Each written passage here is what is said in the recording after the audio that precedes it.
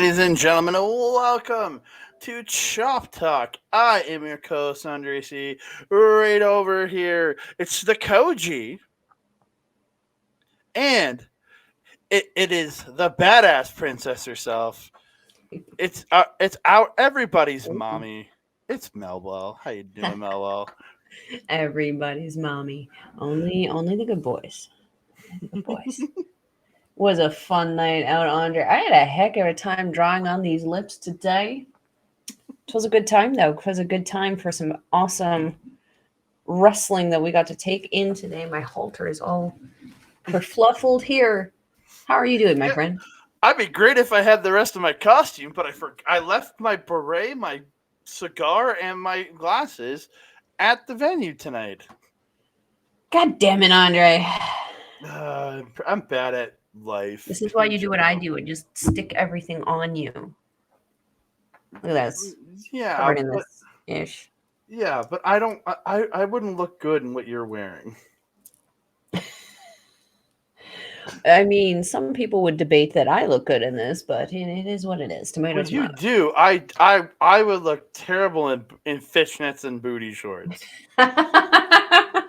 I mean, arguably, I didn't look terribly intelligent standing outside an intermission in a full winter parka and fishnets. Well, that's your fault for going outside during intermission.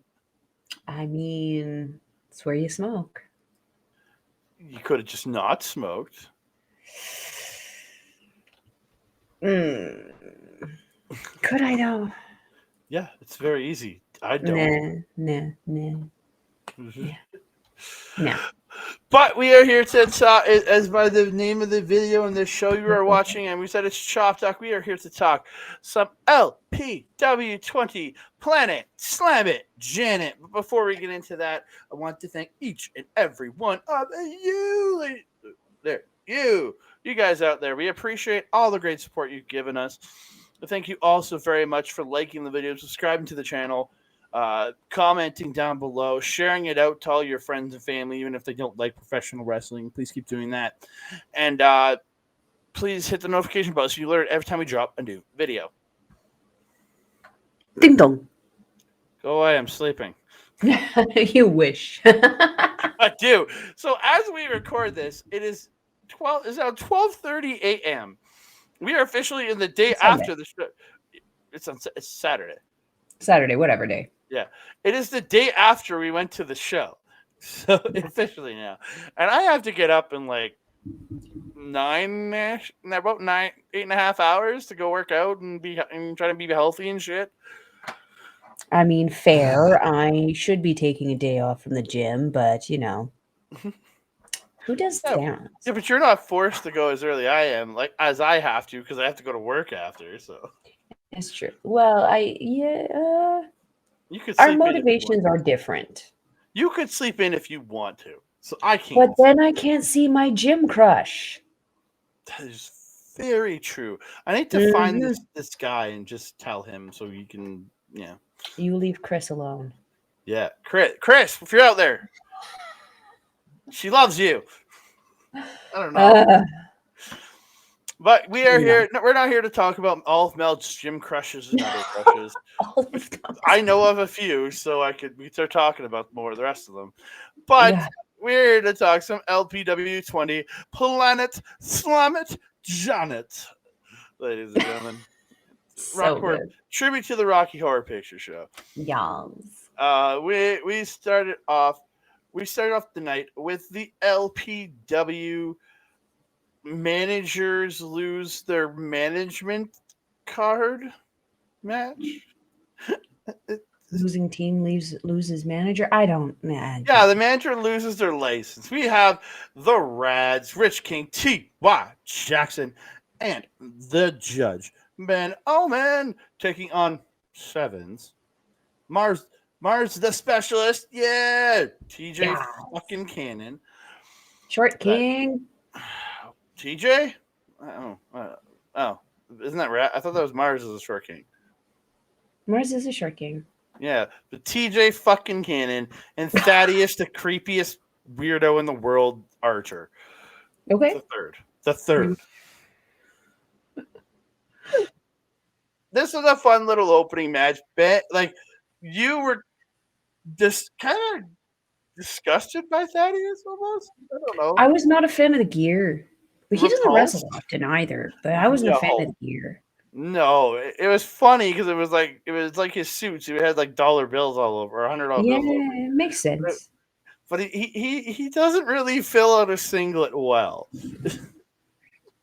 Most people who wear singlets don't, though. Yeah, didn't really fill it out too well. I'll admit, Ben didn't look. His nipples like hanging out from his singlet. Yeah, he was giving me Bronson Reed vibes with that. Yeah, his nipples hanging out. He was trying to like pull them in the cover, but they were just like back out. Cool pants, though. I mean, the zebra print is after my own heart. Yeah, I was thinking Zubaz in my head, but yeah. I love the zebra print. Really, really hamming it up. Ben looked pretty decent in the ring. What he was doing, he had a couple good moves in there. Again, but the sadness would reign from this match as TJ low blowed TY behind the ref's back, and then they took out Rich. Ben was on the outside. They hit the lung blower into the wheelbarrow suplex to TY. Yeah. And Marz gets the pin and the win. And Ben Oomen can no longer be a manager. Pin win. I was sad. I'll admit it. I was very sad. Yeah.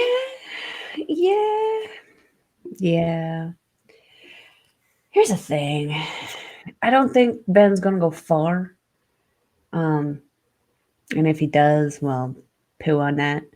But Thaddeus is pretty lucrative for Love Pro Wrestling and Seven in general. The things that he brings to the table, not just with the management, but the stuff that he does behind the scenes with Archer Report and all this little extra stuff, it adds to the credibility of LPW. And, I know Ben has also been involved in the things that he does with the Radz and stuff. They have their, I always forget the name of it. Is it the Dirt? What is their show called? I can't remember. No, I know I watch it. I just can't remember what it's called.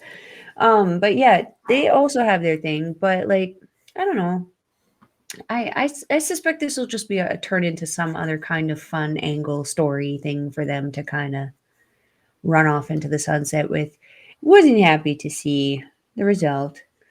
I mean, Kat and I were just yelling TY's lyrics at him for half of the match, wishing that we heard his song. If you guys had come out to Necklace, this probably wouldn't have happened. Just saying.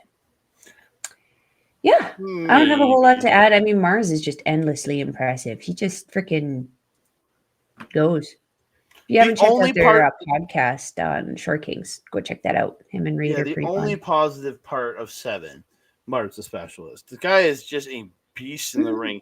Can fly, can tactical, can power. Like, Pride's not half bad either, but Marz is definitely, I would say, the star of the show. Yeah, he's awesome. And then Pride thinks he's the star, but he's really not. And then I mean, I would put Thad ahead. Gold, though. I have to put Thad ahead of TJ in that group. Like, I would not argue with that. Yeah, because at least he has he's really a really skilled manager. And then there's TJ, who just is there bringing everybody down. Ripping up signs, yelling at children. Think of the children. Yeah. I don't know if you want him to think of children, because it could be really... No, let us not go there. I can't. No. I can't. But yeah, so Ben Oomen does have to retire as the Radz manager. The Thads, but the Radz manager. We move on to a singles contest. It's Real Talk. Dean Richtor, as I wrote, Den Richtor, versus Thickness Reed Matthews. Sorry, Reed Matthews, a bodyguard, versus Dean Richtor, a Real Talk. A Real Talk. Beautiful. Really. That deadlift German by Richtor in this match, when he just grabbed Thickness and picked him up, I'm like, holy fuck. Eat. dude. Oh, absolutely. And then there was a spot where Thickness picked the leg, but then suplexed it with the leg capture. It looked really good. Yeah, Into that like little side slam thing, right? yeah. And then, Yeah. well, that was just a suplex, but just the way he picked him up with the suplex looked really cool. And Mm. then in the end, Thickness does pick up the win, hitting that off the shoulder spine buster, like from the Death Valley Driver into the spine buster, and then picks him up. Blue Thunder Bomb. Thickness Reed Matthews is your winner. And then Zoe came out and everybody booed her. Because why are you coming? Why are you here? Go away. We don't want you. You are not our champion. Yeah. I was excited to see Dean Richter again. I'm a big fan of his. I'm a big fan of his from what I've seen in RCW. The last show we saw of him, his kind of like little scramble thing in LPW, I didn't feel that we got a whole lot of him to kind of like really get a feel for what it was that we felt in the other company. This was better. This was so much better. Thickness is just a really tremendously talented wrestler. So to put Richter against him, we knew we were going to have a banger of a match. What I would like to see Richter do a little bit more, though, and something we were kind of discussing, was the facial expressions. He does kind of have like he looks like his picture. His facial expressions doesn't really change, which isn't bad because he's a good looking dude. But like,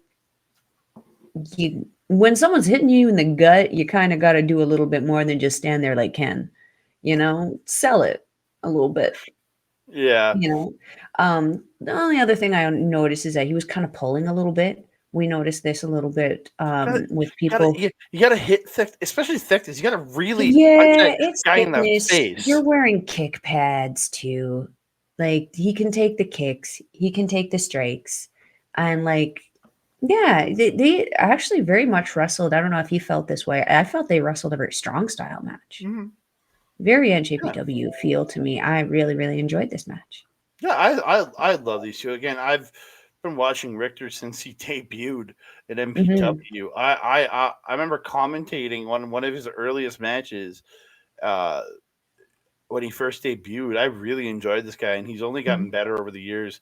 His technical ability is really good. He has like he's smart in how he wrestles. You know what I mean? He knows where to pick a spot and how to pick a leg to get a guy, and like he's really good. And Thickness is just this overwhelming powerhouse of a beast. So again, so many cannonballs tonight. I loved it. Just a great match. Missed a couple though. Well, I mean, yeah, because Richter's that smart wrestler you were talking about. Yep, you is. Well, we move on. Third match tonight. Ladies in action here. LPW from LPW. Why did I read LPW 20? My brain is broken. Way too late. It's way too late. We gotta get to bed. We got an LPW return. It's Rose taking on an LPW debutante, Seleziya Sparx from Toronto, Ontario, Canada.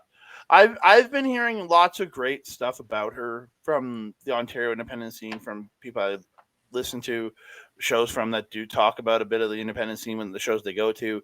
I've heard good things about her, and she was really good.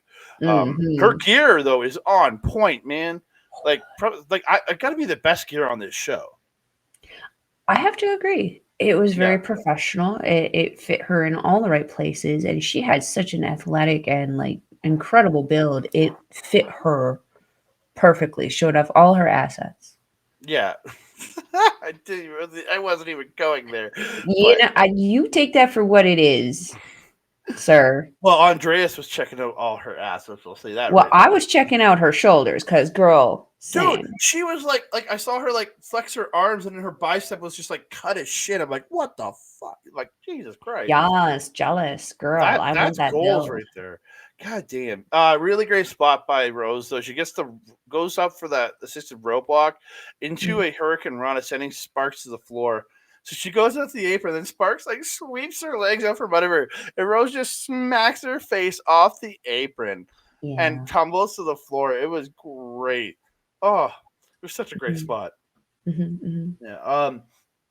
Beautiful spine buster by Sparx, which he turns into a crossface. Turns it in then into a roll up for 2 when Rose was getting too close to the ropes. Then turned it back into a crossface.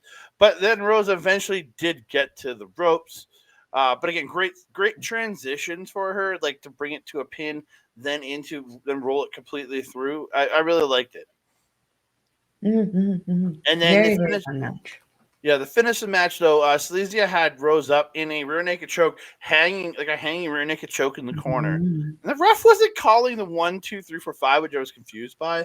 Because when they do that in Stardom, they actually get called the 1, 2, because they're in the ropes. They're supposed to call it, but he didn't. And this was Stu's, you know. Stu. She ends up biting Seleziya's forearm to get out of it, and then hits a Rana off the top, follows it up with the code red, and she gets the win. This was a great women's match. Tremendous women's match. Holy heck. This was my introduction to both of these ladies. I hadn't really seen or heard of them before. So this was a big treat for me, going into this without any expectations and being completely blown away by what it was that these women were able to do. Sparx, though, definitely got a fan in me. Holy heckin' crap. That woman was just all kinds of professional, all kinds of... She just so experienced. So good. Such a tremendous wrestler to watch. Big fan of her. And it was really fun to be introduced to Rose. I loved her look. Her look is so sweet. Her shoes, though, or lack thereof, shall we say, so much anxiety. I worry about your toes. But she had a very, very nice little pedicure. So you weren't as offended by her, like you were with Bailey. Well, maybe he needs to get a pedicure. Again, really fun women's match. I'm glad I finally got to see Seleziya Sparx in person. I was a little disappointed she wasn't out at the booth to meet and greet in intermission. I was a little disappointed by that. I wanted to meet her. But again, very, very much enjoyed watching her wrestle. Always something we do have to keep in mind, though. These people are traveling internationally now, and with cold and flu season, it is with... I wouldn't be surprised if we don't even meet like Killer Kelly at the next one, or yeah, give it away. But it's already out there. Yeah, we'll talk about it at the end. Though I have a little bit of graphics for that. But just somebody I've been listening, keeping an eye on. I was just hoping to meet her, get an autograph or something. We move on. Last match for intermission was the LPW. I almost said it again. I almost went to Scramble. What is wrong with you, sir? My brain doesn't work this at 12:45 a.m. Let's chippity chip. Let's It speed is her up. the LPW Scramble Championship match. It is the man of two minds, Jack Pride, a champion, defending against Maurice Waltz, Riley Cruz, Mantla, Morris Waltz. I apologize. Morris, not Maurice. Morris Waltz. Riley Cruz, Wolfboy Will Mantla, and the asshat himself, El Asesino. At least I gave him his name. Dude, the amount the crowd was chanting "ass man" at him, it was funny. Yeah. Dude. So Asesino ends up on the floor, and Pride just comes rocketing out with his suicide dive, taking him into the third row. Sliding, too. And the chairs even slid back into the fourth row a little bit. The fourth row people were still in their seats. But holy shit, man. That was like a rocket.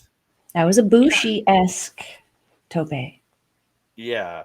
Then later on in the match, there's actually a really great spot where Asesino picked up Wolfboy, powerbombed him, and then lifted him up and caught him, driving him down with a flatliner, driving him face first down with the flatliner. Oh, that looks so good and so goddamn smooth. As much as I rag on Asesino, the guy is an incredibly great professional wrestler. I know. That's what I told you. Oh, and I did forget to mention, I did forget to mention after the Dean Richter Reed Matthews match, Asesino came out to talk to Dean Richter. So they talked. So yeah. But in the end, Maurice, Waltz, and Riley Cruz were fighting each other in the center of the ring, and in comes El Asesino to roll up Riley Cruz, or no, he rolled up Morris Waltz. I can't make you fucking saying it wrong. Um, and Pride rolled up Riley Cruz at the same time. And the ref went over to Pride because they went in the opposite direction of the ring. Mm-hmm. He went to Pride and he counted Pride's 3 count while El Asesino had Morris down for the pin. So I can understand why Asesino was so incensed and pissed off after the match, because he did have a legal pin at the exact same time as Pride. But the ref. So I guess this is why we need to have 2 referees during a scramble match. But that sets up that situation where then the referees start bickering amongst each other and drama. We got enough drama in the ring. Yeah. This I didn't. I was definitely expecting other people in this match. Well, so Morris, Waltz, and Riley Cruz were actually replacements for the king of I don't believe in birds, Eli Surge, and Sasquatch, like flatly a Sasquatch was supposed to be the other man in this match, but they were both replaced. Sasquatch or like the Sasquatch? It just said Sasquatch. The graphic, I'll send it to you later. It literally said Sasquatch, and then underneath it said a Bigfoot. But the Sasquatch, yeah. It was supposed to be the Sasquatch. I wanted a Sasquatch. What the hell? Blame we got Eli. Wolfboy. We got Hair Man. We couldn't get freaking Sasquatch. Come on. Well, we wouldn't have got Hairband if Sasquatch had shown up. Okay, well, that was he replaced Hairband. Then. Well, no, Ass Hat. We like Ass Hat. You like Ass Hat for some reason. Because he's a good wrestler. He is a good. At some point in time, we have to go above the aesthetics and appreciate the work. Oh, his presentation, I think, is absolutely phenomenal. Like, even his look, his general demeanor, I enjoy it all. I just like booing the guy. I don't like his gear. It's fine. It's not like I think the boots and the jeans give me I forgot my real gear back at home vibes. I was thinking this gear. Bring professional gear. And I thought the same thing for Wolfboy, because I could have sworn when we saw him last month, he had like tights on and stuff. No, he was wearing the same outfit. Oh, was he wearing jeans? I thought he was wearing tights last month. I guess I'm wrong. No, he was wearing the pretty much the same outfit. Yeah, except for a wolf mask in his intro, which looked pretty cool. And I'm not mad about that though, because for me, when I look at the gimmick and what it is that he's portraying, that makes sense with him. You're an assassin. First of all, why are you wearing white? I'm going to see you coming. If you're in the dark, I'm going to see that. You know? The mask isn't the problem, though. I don't like the casual nature of the jeans, and those combat boots are just not my favorite. Overall, though, this match, it was a bit of a cluster for me, but that's what these kind of are. It was an organized chaos, because it wasn't too chaotic. Like, the first match got a little chaotic for me. When there was so much happening. And the next match. And the next match. Yeah, and the next match was also pretty chaotic. But this was actually very organized for something called a scramble. Like, it was actually very well put together, very well done. And for me, there was very minimal things that could potentially have gone wrong and that didn't go wrong. You know, like, the ref did a tremendous job in this until the end. And I actually really like this ref. This is the new guy? Gang. I'm please bring this dude back. Can't remember his name right now, but the new Jay. ref, Jay. I'm already writing him in for referee of the year. Hell yes. Yeah. Hell yeah. You didn't even know he was there until he started counting. And I was like, oh yeah, there's another person in the ring. That's how it should be. I might write Fitzy in because Fitzy's the same thing. And Fitz is just grand supreme champion. Yeah, he's a PWA Hall of Famer for a reason. Yeah. Who we did actually get to see PWA owner Kurt Sorokin showed up at this show in the crowd. I got to chat with him. It was very nice to catch up with the guy. I haven't seen him in like 3 years, almost 4 years. I haven't seen that guy. It was just nice to catch up with him in the crowd. Yeah. Just wanted to say that.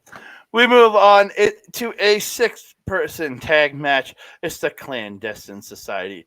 Taryn, an accountant. That's what it says there. Michael Richard Blais, a savior. Stephen Crowe, what does that say? A cowboy. Okay, that makes sense. Sorry, I had to make it bigger so I could see it. A cowboy taking on the team of Reloaded. Jacky Lee. I'm gonna bring it in again because I gotta read these. Jacky Lee, a prince of Pop-Tarts. Relatable. Shareef Morrow, a mischief maker. Also relatable. And Liiza Hall, a Rain City stretcher. Not relatable. I love the Prince of Pop-Tarts so much. It makes me love this guy so much more than I already do. God damn. Yeah, I walked in after the intros had already happened, and I thought that was a child. Oh, wow. Okay. Yeah. He looks young. So right off the hop, Crowe is like doing his like little like hands in the loops of his jeans stance, where he's like kicking the legs up from side to side, like like little okay. And he's teaching it to Shareef. So Shareef goes to start doing it, and then he just stomps on Crowe's foot. It was great. Nah, he made him. Yeah. There was a great spot where Liiza ended up getting Taryn down, sets her up to go for a Moodalog, but in comes Blais. So she sweeps Blais, locks up his legs, and then goes to do something to both of them, and then in comes Crowe. She catches him, fisherman suplex with the bridge, while still having the legs of the other two tied up in her legs, stretching their legs, and she got a 2 count out of that. That was impressive as fuck. Very impressive.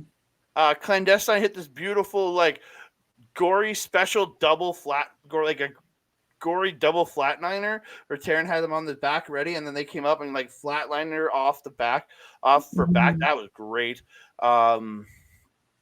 Triple submissions by Reloaded, but Blais ends up like just lifting Jacky up with like relative ease because he's not a big man, and he just like stomps on Shareef Moore, who's got the submission in on Crowe, and then the 4 of them just start fighting, and they're literally fighting over top of Liiza, stretching the hell out of Taryn.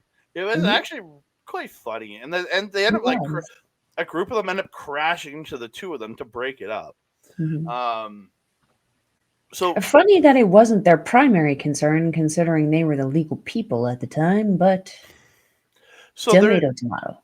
There was a spot where everybody ended up on the outside, and Blais is standing on the apron above everybody, and Jacky Lee comes from the ring, 619s through the ropes, catches Blais with the head scissors, and head scissors him off the apron onto everybody on the floor.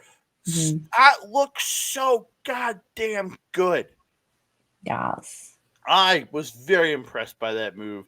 And then back in the ring, Jacky hits this beautiful, jumps into the wheelbarrow, comes up, you thinking he's going for a bulldog, but pulls a goddamn cutter out of it. Looked super good. So good. Got a 2 out of that. But in the end, Blais ends up on top with Shareef Morrow. And like they're fighting, and he like lays him across the top rope. And Crowe and Taryn pick up Jacky. Literally, while Blais is standing up on the second rope, hands him to Blais. Blais gets him on his back, vertebraker style. If you know Shane Helms, the vertebraker, or Homicide's cop killer, drops down, driving Jacky into Shareef on the top rope. And then he just goes tumbling to the mat. And Blais pins him 1, 2, 3 for Clandestine Society to get the win. And goddamn, that vertebraker looked awesome. They set that up very well, yeah. Yeah. And like the vertebraker is a dangerous move for somebody to take, but it looked, while looking crazy and awesome, looked pretty goddamn safe at the same time. I have to agree. Like if it was driving him into the turnbuckle or something, I would have been really worried about that. But he was driving him onto his partner, and it kind of let him hit nicely, and then kind of go flopping forward and crashing in the mat. It looked good. It looked really good. I mean, MRB's been doing this a hot minute. If anyone's going to do it safely, it's going to be him. Very much so. And then post-match, or do you go into the? You give me your thoughts on this one before we talk about it. I mean, I mentioned it was a little chaotic. Glorious chaos. Yeah, and yeah. I mean, I did spend part of it going, is he a child? He's so little. But this is not something we wouldn't be not used to. I mean, you and I have been watching in JPW stardom. Some of these girls started their careers at 11 years old. This wouldn't be surprising. No, that wouldn't surprise me at all. No. The talent, though, from Jacky and Shareef. Holy heck. This was my first time seeing the team that Clandestine was taking on in Liiza, Shareef, and Jacky. Yeah, this Liiza Hall, I was like, do we like her? And I watched her do 2 moves, and I was like, oh, I don't care if you guys like her. I like her. She was just so good. So good at what she did. She's like a female Zack Sabre Jr. It's true. Very much a person who can tie people up in knots. I like it. I'm excited to see more of her. You see Nicole Matthews, right? No. Oh. I thought you've seen Nicole Matthews. No. That was before my time.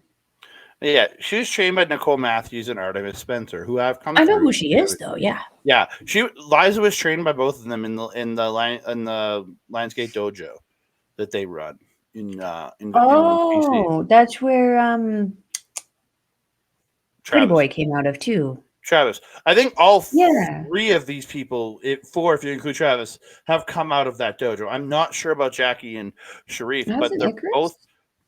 Pardon? Isn't that Judas Icarus kid too? Yeah. So again, like we've seen a lot of great. I'm pretty sure Judas is at the Lionsgate dojo too, and I think these 2 are too. So again, like all these guys were absolutely crisp. Like this was such a good match. Very, very good. Very well educated. Good for them. So post-match, Blais gets the mic, and he said he's calling his shot. He wants a shot. It doesn't matter who it is. Next month, in November 24th, we already have our tickets, ladies and gentlemen. We're going to be there. Michael Richard Blais wants to challenge whoever wins the match in the main event, Zoe Sager or Lumberjack Larry Woods. It doesn't matter. He wants to fight them. Yeah. I'm looking forward to it. I'm always happy seeing Blais in a prominent match. So I'm a Blazer till I die, man. Blazer till I die. Love it. Yeah. Bye. Semi-main event. It's the LPW Tag Team Championship match. It's Lira, Berat Gorani, son of Kosovo, and Sheik Akbar Shabaz. This is my favorite. A champion taco eater. Bring it, sir. Bring it. Taking on, as I have dubbed them, the Young Guns, son of Irish, a future, and Jared Rogers, a wily veteran. That is an ironic name, yes. Really good back and forth. Berat and Sheik came out as the APA. Yes.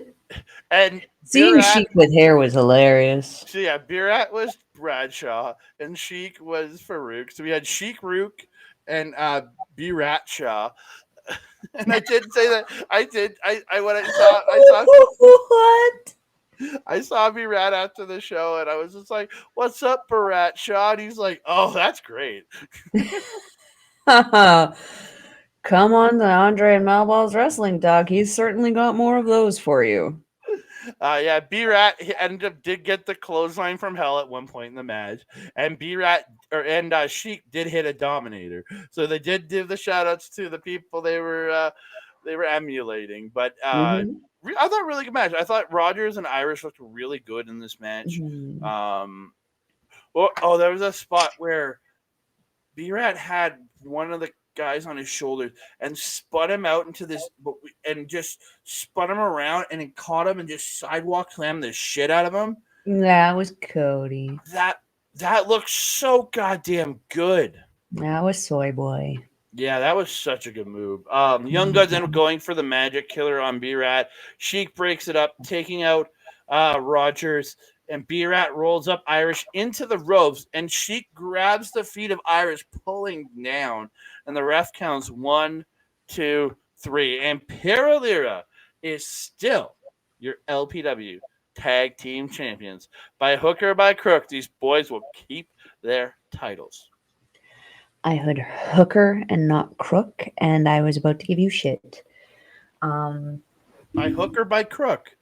That's a line. I heard hooker. I didn't hear that hook and or were two separate words. I heard them as one. By hook or by I was like, I that was not involved. No, nay. By hooker crooker. What the hell?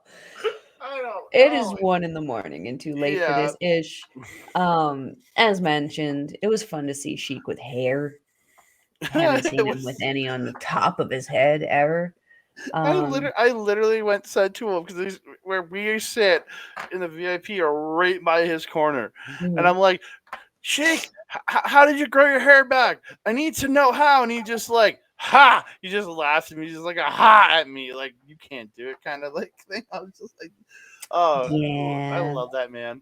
We won't talk about how he lost it because he got it smacked off of his head by Jared Rogers later in the match, but yeah, I was happy. I got to see Sheik do my favorite move of his, which is that jumping European uppercut into the corner that he does.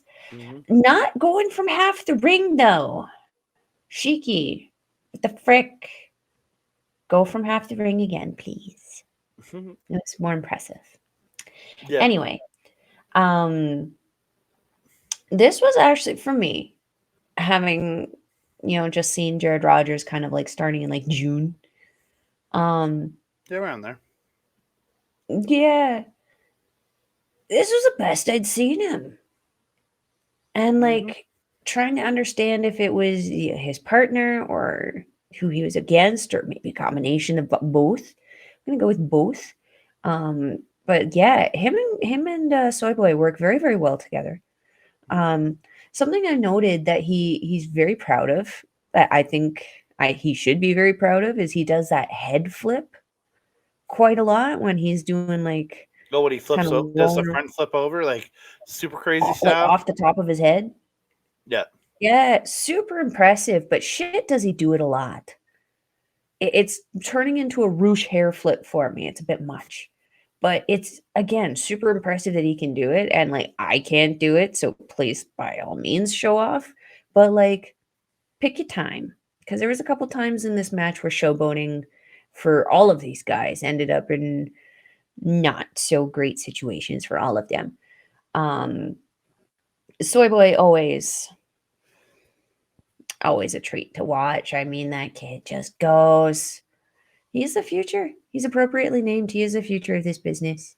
And that kid is going to go so far above and beyond. But my goodness, kid, stop doing the Mayu Iwatani stuff. Stop with the reckless disregard of your personal safety and well-being. We want to see you wrestle longer than Will Ospreay. And arguably following in the footsteps of Will Ospreay. Like, I look at how Soy Boy wrestles, and it's just like, it's like watching Will Ospreay when he was his age. Yeah. It's insane. The kid's 20 now? And like, I think he's 20. As I remember the Clandestine show at the end of 2019, it was an 18 only show because they were serving booze and everything, and it was like weird it was at that weird venue, and he was 15. Yeah. Yeah, he was 15 years old on that show. Why you Like, gotta make me feel old, Andre? it makes me feel old too. But like, he was 15 years old. Like, that is insanity, man. Like, this kid, Yeah. and that was him wrestling in this business for already probably a good, like, straight wrestling for probably about a year or two at that point. He'd already been regular a couple of years at that point. Like, Yeah. I think Kid's he put a good. mask. He's I got think he put talent. a He's mask on natural it. Like, talent. yeah, he put a mask on at like 12 years old in MPW and started wrestling. So, like, Jesus Christ, man. This guy's already had like an 8 or 9 year career and he's 20. Yasmi. Yeah, he's Yazumi, man. I love him. Post match though, they're heading to the back, and so El Asesino attacks along with his new tag team partner, Dean El Richero. Dino El Richero. No. Yeah, Dino El Richero. And Although I'm gonna say, hopefully the teaming of this means that Asesino gets better gear. Maybe. Because Richtor sure is good. Oh yeah, Richtor has great gear. Very basic, but very good. Yeah, I like it. But yeah, Dino El Richero and El Asesino attacked the Young Guns, as I like to call them, after the match. Dino El Richero hitting Jared Rogers with a sit-out burning hammer, and Asesino hitting Irish with the pop-up power bomb. That looked vicious as fuck. It did. He bounced really good on that one. Yeah. Poor kid. I love this match. The post match just put a stamp on it. We have to be getting that tag match on November 24th. Yeah. If we don't, I'm going to be kind of pissed. I mean, yeah. Give it to us, Spencer. Give it to me, Spencer. No, don't say that. Oh, why? I said I did the Weird Al version. Oy vey, oy vey. Jesus, Murphy. We move on. The main event of the evening. Yeah. It's the Intangible. Zoe Sager, a champion, defending her LPW Grand Championship against Lumberjack Larry Woods, a challenger. I'm surprised they put a challenger and not a woodsman or something, clever. Well, he is a challenger. I mean, yeah, but so was Jacky Lee. We didn't need to know that he was whatever he was of the Prince of Pop-Tarts. There you go. I loved it. But Jacky wasn't challenging for a title. Larry is. I still think it'd be cool. Yeah. So, again, I thought these two had a really good back and forth match here. Both of them worked incredibly hard. And Larry coming out wearing his old blue tights that we haven't seen in a while. Because those are old? I thought they were new. No, he used to wear these a while back. The capris. Yeah. Oh. I think they're capris. Yeah, but his boots are so high you don't notice it. Yeah, right? But because he's been wearing his blue plaid gear with Larry or with TY and Rich, right, to have the matching gear. So usually he's wearing that. But no, this is older gear for him, and I loved him bringing back his plaid kick pads and everything. Love those. It was just great. I thought Zoe worked really hard here. So did Larry. They had a really, really good back and forth match. Zoe playing the evil person. I don't want to be mean. I don't want to be too mean. While sounding like a chipmunk. Yeah. And Larry just really making some great comebacks throughout the match. So towards the end of the match, Larry's about to hit the saw, the saw maker, as I like to call it, and out comes Seven to beat the living holy piss out of him, right? And then, so his boys come out to make the save, TY and Rich, but then Pride shows up, and he takes out Rich King with a hard shot, like knocking Rich out. Sends Ty to the floor, knocking him out. And then 7%, the whole group minus Thad, who's standing on the outside laughing, holding the title, start beating on Larry until the Clandestine Society shows up. I think it was Clandestine, right? Yeah. Yeah, Clandestine Society showed up, ran off 7. So again, the faction warfare is far from done in this company. And this is where Zoe ends up getting a chair. Like Thickness throws a chair in. Oh yeah, this part, yeah. And he proceeds to hold Larry, and she swings and clobbers, smacks Thick in the head, and he ends up rolling to the floor. Did she though? She smacked him in the head. She did hit him, and then she proceeds to wreck Larry's back. That she did. Chair shot after chair shot after chair shot after chair shot after chair shot. And like his back was literally bleeding after the chair shots were over. So she backs up, lets Larry get up to his knees, raises the chair up. It's going to come crashing out right on his head. And this is where Rich grabs the chair from her and just throws it down and says, "No fucking way," and flips her off. And this is where Larry, just the best moment in the world, grabs her, Sawmaker. 1, 2, 3. And Larry Woods is your new LPW Grand Champion, baby. Yes.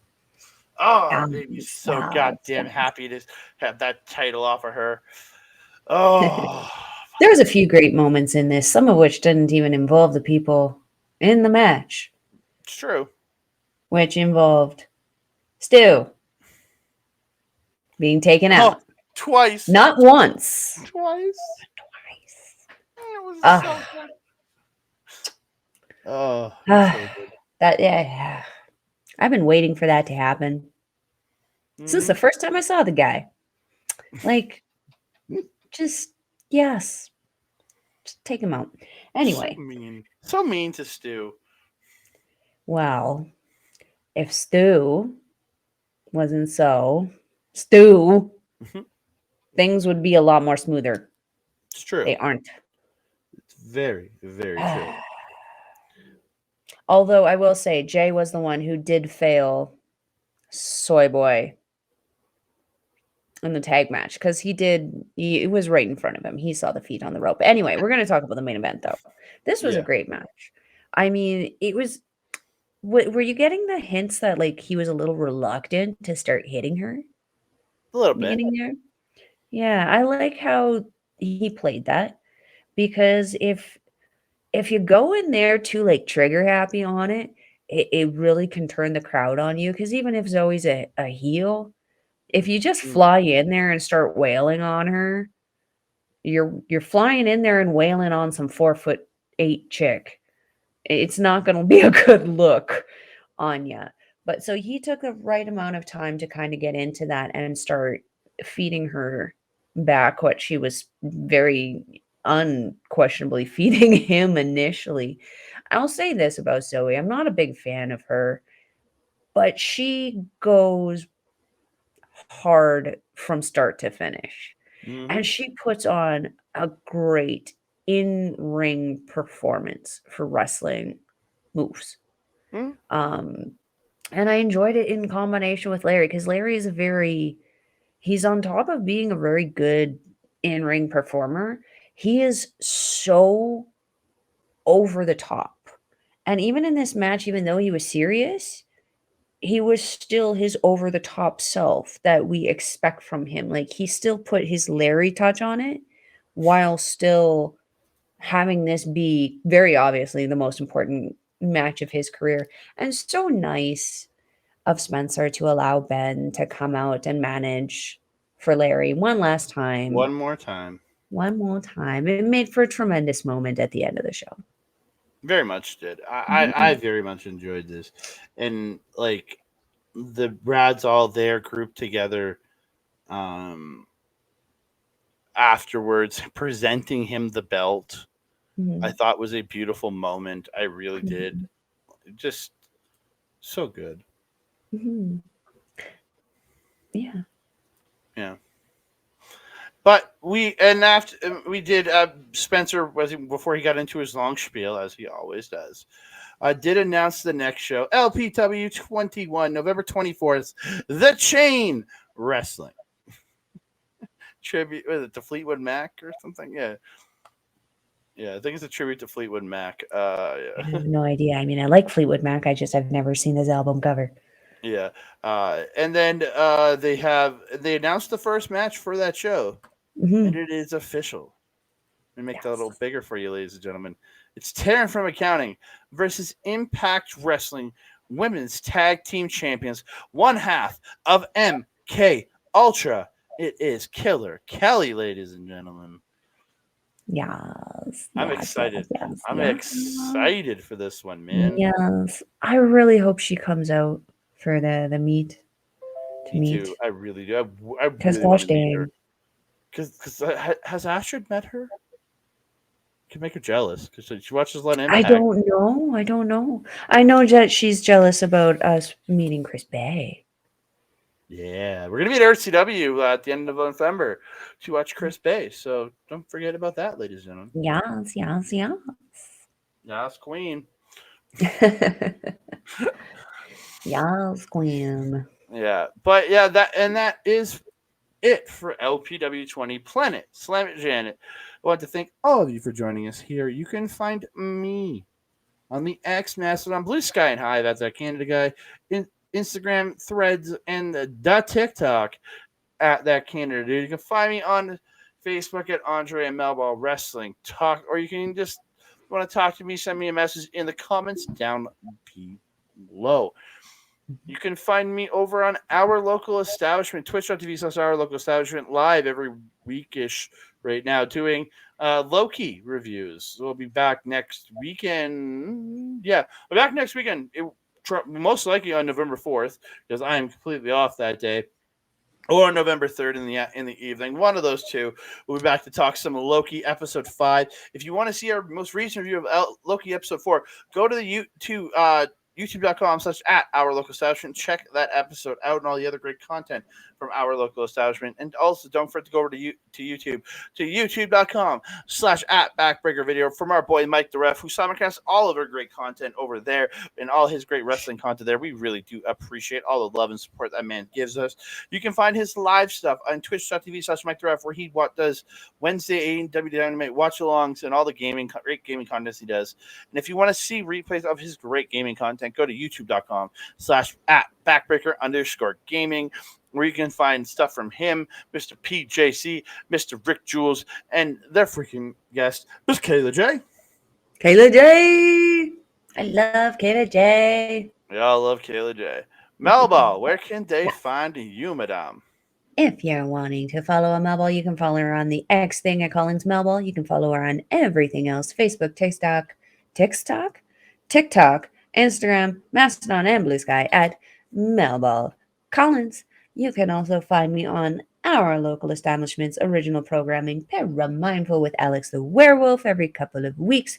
Got an episode coming out on October 30th, so you don't want to miss out on that.